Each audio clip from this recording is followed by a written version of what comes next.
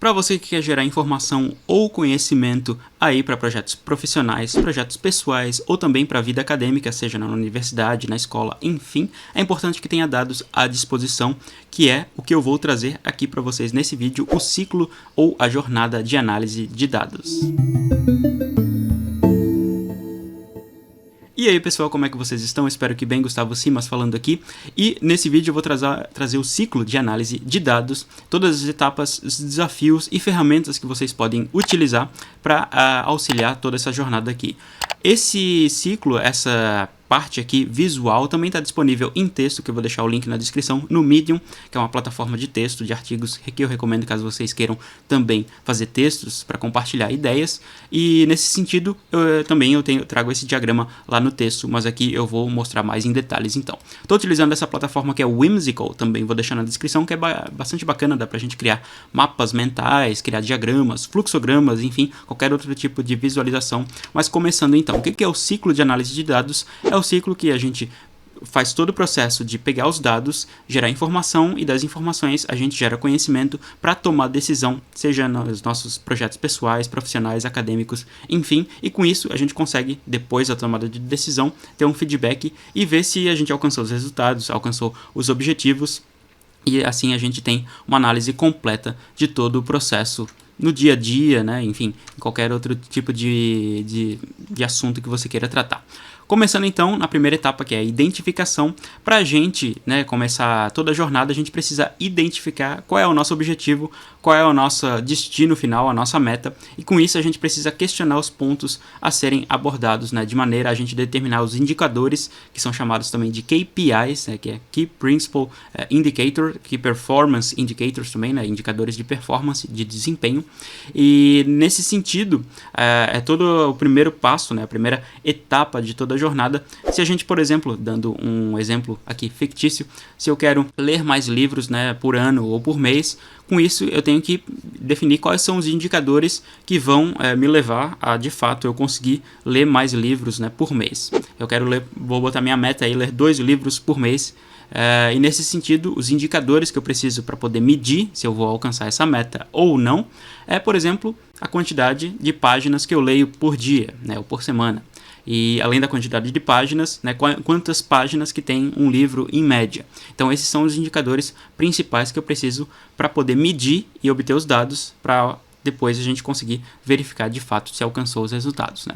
As ferramentas que a gente utiliza é o Canvas de dados. Lá no meu texto eu tenho descrito exatamente o que é o Canvas de dados, mas é uma ferramenta que a gente bota os objetivos e que a gente quer alcançar, quais são as perguntas que a gente quer responder para alcançar esses objetivos, quais são os dados de fato e onde que estão disponíveis esses dados, e por fim, qual é o produto, qual é o resultado a partir desses dados. Os desafios dessa etapa é a definição dos indicadores que sejam representativos, que de fato representem, né, a ação que eu estou realizando, e a escolha de indicadores aí que sejam possíveis de serem medidos e de serem coletados. Eu não posso escolher, por exemplo, indicadores, a quantidade de letras que tem num livro, que isso fica muito mais difícil, né? A quantidade de letras que eu leio por minuto ali, por dia, isso daí fica muito mais, a granularidade, né? A divisão dos nossos dados também é algo que deve ser bem pensado. A saída dessa etapa são os indicadores de fato, né? Os KPIs, os indicadores de desempenho. Próxima etapa é a coleta, em que a gente coleta de fato os dados. Então, coletar os indicadores de performance, os KPIs, KPIs, e os dados descritivos ou representativos de fontes confiáveis e apropriadas. Então, se eu quero ler 2 livros por mês, eu tenho que ali cronometrar quantas páginas eu leio por minuto. Depois disso, eu tenho que ver quantas páginas tem o livro e eu vou coletando esses dados, vou anotando numa tabela, assim, manualmente ou então digitalmente, numa planilha, enfim. Daí você vai coletando esses dados e de forma que sejam representativos, né? Você tem que tentar coletar eles em diferentes etapas do dia, de manhã, à tarde, à noite, quando você lê no ônibus, quando você lê livros em casa, quando você lê livros em diferentes situações, para ter dados que sejam aí bem representativos, né? E não sejam enviesados, não sejam aí exclusivos para uma situação específica e que sejam de fato, né, representativos. As ferramentas são os bancos de dados, se você vai estar trabalhando aí com Big Data, né, grande quantidade de dados, pode ser dados de sites oficiais, secretarias, ministérios, órgãos públicos, enfim, ou quem está mais por dentro das tecnologias, aí, as APIs, né, que são aplicações web, né, de aplicações de consulta, ou mesmo manualmente, né, que você vai, como eu falei, cronometra quantas páginas você lê por minuto e assim você coleta manualmente ou por formulário se você está trabalhando com outras pessoas, com perguntas e respostas, enfim. Os desafios, aqui que eu boto em exclamação, é a coleta de dados que sejam estruturados, atuais e confiáveis e dados que sejam atualizados com frequência se você quer ter uma evolução, né, que quer demonstrar uma evolução, você tem que ter dados que atualizem aí diariamente ou semanalmente ou com uma periodicidade definida. A saída dessa etapa de coleta são os dados crus, os dados simples, puros, e depois vamos para a etapa de tratamento, que é de fato onde a gente processa, filtra e vai coando ali os dados para a gente ter uma normalização e para retirar os outliers, né, estruturar essa etapa de visualização. Se de repente eu cronometrei quantas páginas eu leio por minuto, mas eu deixei o cronômetro ali, fui sair para o banheiro, fui tomar um café e deixei ligado, eu tenho que depois filtrar isso, excluir do meu banco de dados, excluir da minha planilha, porque ele não representa de fato o que eu quero medir, o que eu quero mensurar. As ferramentas para isso são Google Sheets, né, planilhas, o Excel, Tableau, que é uma ferramenta aí de análise, né, de visualização, SQL e RPython para quem tem conhecimento em linguagens de consulta, de programação, de análise de dados. Né. A filtragem, os desafios aqui, né, tem que ser uma filtragem não enviesada, eu não posso retirar dados que são importantes para mim, mas também é um processo que pode ser lento, manual, difícil, quando a gente está trabalhando com dados não estruturados, ou seja, vai que você está pegando lá, enfim, no seu trabalho, dados do bancos de sites, de ministérios, e eles dão em PDF, né, em texto, e não um arquivo do Excel, que é bem mais fácil, né, um arquivo de banco de dados. Daí é muito lento esse processo e você tem que ter toda a questão ali de filtrar e ter paciência. A saída dessa etapa são os dados filtrados, mas além disso, né, a gente simplesmente não pode ter os dados em planilhas, né, a gente pode ter os dados em planilhas, mas para apresentar, para compartilhar essa informação, a gente precisa ter uma visualização, ter uma forma de conseguir demonstrar e sintetizar a informação e o conhecimento a partir desses dados. E com isso a gente tem a etapa de visualização, que é a preparação para storytelling, né, para contar a nossa história, para contar o relatório, né, o relato de o que esses dados estão trazendo para a gente. Né. Então é uma apresentação de informações e do conhecimento, né, que é chamado aí o design thinking, você pensar, né, no projeto, enfim, e as ferramentas que você pode utilizar é o Google Data Studio, Flourish, Tableau, Google Sheets, Whimsical, que é essa ferramenta que eu estou utilizando agora, Figma, ClickSense, Power BI, tem várias ferramentas aí de BI, que seria Business Intelligence, né, ou então de visualização de dados que você pode usar. Você bota os dados, faz gráficos, né, gráficos de linha, gráficos de barra, né, pizza, enfim, tem várias outras formas.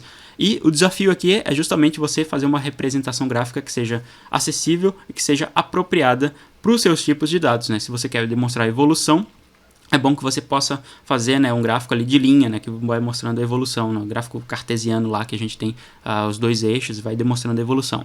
Se você quer demonstrar diferenças entre categorias, você pode usar um gráfico de pizza, né, o gráfico de donut, que também é chamado. E daí, dessa saída, a gente tem dashboards, gráficos, relatórios, reports de inteligência, painéis, qualquer outro tipo de saída que seja possível. De fato, depois eu visualizei lá o meu gráfico, quantas páginas por dia eu leio, tá tudo certinho, eu consigo visualizar de forma mais fácil minhas informações. Eu tenho que tomar as tomadas de decisão agora, né? Fazer as ações de fato e executar isso a partir do conhecimento gerado dos dados. Ferramentas para isso, você pode ter ferramentas de gestão, como o Trello, o Coda, tem o Wrike, tem a Asana, né, tem várias outras ferramentas que você pode estruturar ali, né, as suas ações, tarefas, Google Calendário, né, então você tem que de fato ter um planejamento a partir dos dados, né, a partir do que você gerou de conhecimento para você traçar um plano e executar as ações que consiga, né, daí você viu ali, né, eu leio 2 páginas por minuto, né, um livro pequenininho, supondo que seja, né, e eu tenho tempo livre quinta-feira e sexta-feira à noite, então você traça um plano no seu calendário, vai deixando ali, marcando na agenda as tarefas desse dia, desse horário específico, eu vou marcar para poder ler, porque eu tenho tempo livre e eu leio X páginas por dia, e com isso o livro tem Y páginas, e com isso eu vou conseguir ler 2 livros por mês. Então você vai traçando o seu plano de ação a partir dos dados. O desafio aqui de fato é a tomada de decisão, é experimentação, é tentativa e erro, porque as ações nem sempre são as mais corretas, mas é um fato de tentativa e erro, e a saída das ações são os resultados e os efeitos a partir disso, né? E por fim temos a realimentação, que é o feedback, que é o monitoramento de como foram feitas as ações, né? E a mensuração dos efeitos. Então de nada adianta você tomar as ações, mas não ter um feedback, não ter uma realimentação, não verificar se de fato as ações surtiram efeito. Então você tem que mensurar, continuar mensurando ali se você fez o seu planejamento, se você conseguiu cumprir todas as suas etapas, né, e marcando em planilhas, ou até ali como eu mostrei no Trello, né, em ferramentas de gestão, de calendário, enfim, você vai mensurando isso e, de fato, verificando se cumpriu ou não o seu objetivo, as suas metas, né? E se necessário depois da realimentação, a gente vê, putz, não consegui cumprir os meus objetivos de 2 livros por mês. Será que eu defini as métricas erradas? Mas de repente eu defini certo, né? Daí você volta para a etapa de identificação. Mas se você definiu as métricas certas, né? Eu tenho que definir ali quantas páginas por dia que eu leio, né? E quantos livros, quantas páginas tem o livro.